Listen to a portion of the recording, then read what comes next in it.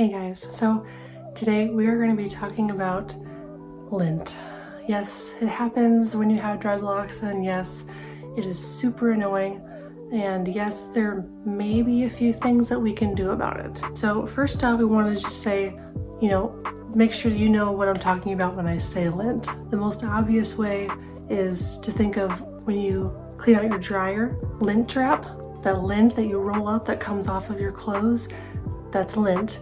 The teeny tiniest little pieces of that can get stuck in your dreads. It's not just people with dreads. There's lint on everybody.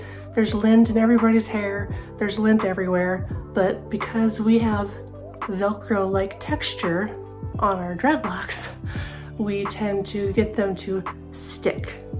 So another thing to consider is that if you're putting product in your hair, maybe tightening sprays or gels, conditioners, oils, whatever, some of those things can actually attract lint and it will make it stick more. So that's a bummer too. But okay, so there's 5 things from my research that I found that we can do with this. And the reason why I really care about it is because I'm a little over a month in now on my journey and I have blunt tipped dreadlocks, and I've been noticing that just the very, very little tips of them, you probably can't see here, are just starting to get a little bit of lint, like these two right here. You kind of see it's dark right there? Yeah, so it's getting annoying. And I promise you it's not mold. I have plucked it out and it's fluffies. It's a little piece of lint. That's what it is. This happens if you are black, if you're white, it just happens to dreadlocks. So the first thing that we can consider is apple cider vinegar rinse. Normally people only do this for their deep down clean, whether you do that quarterly or once or twice a year, whatever that is. It's not something that you do every day, certainly, and not even every week, because it can be really hard on your hair and on your scalp even. But supposedly that can help kind of loosen things up and get some of that lint to come out of the dreads. I'm not going to do that because I'm only, again, a month in, and I'm not going to do that deep down soak until I'm told by my loctician that I should. So the next thing that you can try is you can brush your dreadlocks, actually. I didn't really know that. I do finger comb mine. I kind of like rake my fingers through from the root down to make sure that they're not starting to congo together, they start to kind of intertwine and grow together if you're not careful. And then when you go to get maintenance, they have to kind of like rip at them or even cut them apart. So I'm trying to avoid that. But there's actually brushes made for dreadlocks, and you just brush your dreads. And the only problem I had again with this is that it's not recommended for starter locks or baby dreads, which is what I have. So again, that's not going to work for me. It might work for you. The next thing we could consider is what my loctician did was she cut some. So I'm going to tell you exactly what she did because I was curious what she was doing. So she actually did not take and just snip a blunt tip off. She cut at an, can you see this? At an angle like that. Snipped that way. And then when she was done, she rolled it really good. And that's how she trimmed a few of my dreadlocks. I think I could just very carefully just snip off tips, but I don't want them coming apart either. So I don't know if I want to do that method either. So the next thing I thought was, what if I just use like a rat tail comb? So I did this on one of them already successfully, and we're gonna try and see how I do. You just kind of stick it in right at the end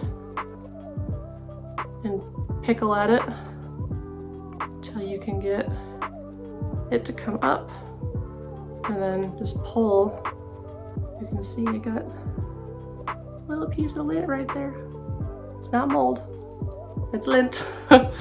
And the only reason why some would not suggest that is because if you're not really careful, you can start kind of like unraveling your dreads, and we don't want to do that either, obviously. The next, I feel like, is the biggest commitment, but you can actually just go ahead and dye them the color of your hair. I am trying to be as low maintenance as possible with my dreadlocks, and because my ends are blonde, I guess that means I'd have to dye them, and then you'd have to do some sort of like toner. I don't know, like I don't know anything about that, and I'm not gonna pay to go to a hairdresser just to dye my lint. I think I'm keeping it at bay pretty good the way it is, so that is an option, and it's very common, especially if you have like really dark hair and you have lighter color lint that's starting to show up, or you have it like really bad and you know that if you pick and cut all of it out, you are going to destroy your dreads. So please do not do that. Dye it and just forget about it. I gave you 5 options here, so the last thing I would say is you also have the option to do none of these and just be chill and ignore it. Okay, that's obviously going to be the safest method for your dreadlocks. The reason why I feel like I don't really have a whole lot, like I feel like I should be able to see it more than what I do. Like I'll see like a little fuzzy here and there once in a while. It's really just the tips that annoy me, that I see just a little bit of dark color at the very tips. And the reason why I think is because at nighttime I wear a bonnet. It's a satin bonnet that I can throw all the dreads in, everything fits inside of there. And then I also have a satin pillowcase so that my head, you know, slides nicely against my pillow at night, and there's nothing that my hair is, you know, rolling up against made of, you know, cotton or something that's really linty that's gonna get caught in my hair. I also use a microfiber towel when I wash my hair.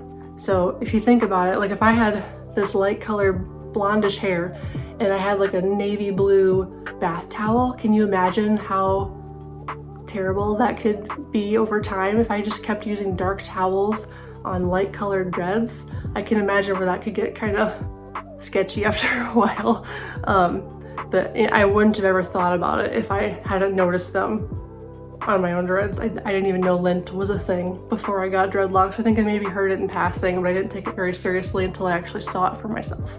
And so then just the last thing would just be like, you know, I wear darker clothes usually, and you want to consider your coat. In the winter, if you're wearing hats or scarves, I'm sure scarves are very linty as well.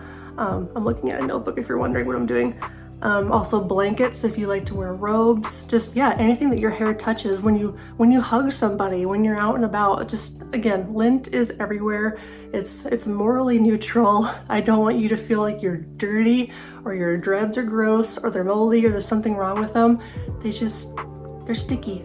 I mean, if you think about it, like if I were to take a couple strands of my hair and I tie them,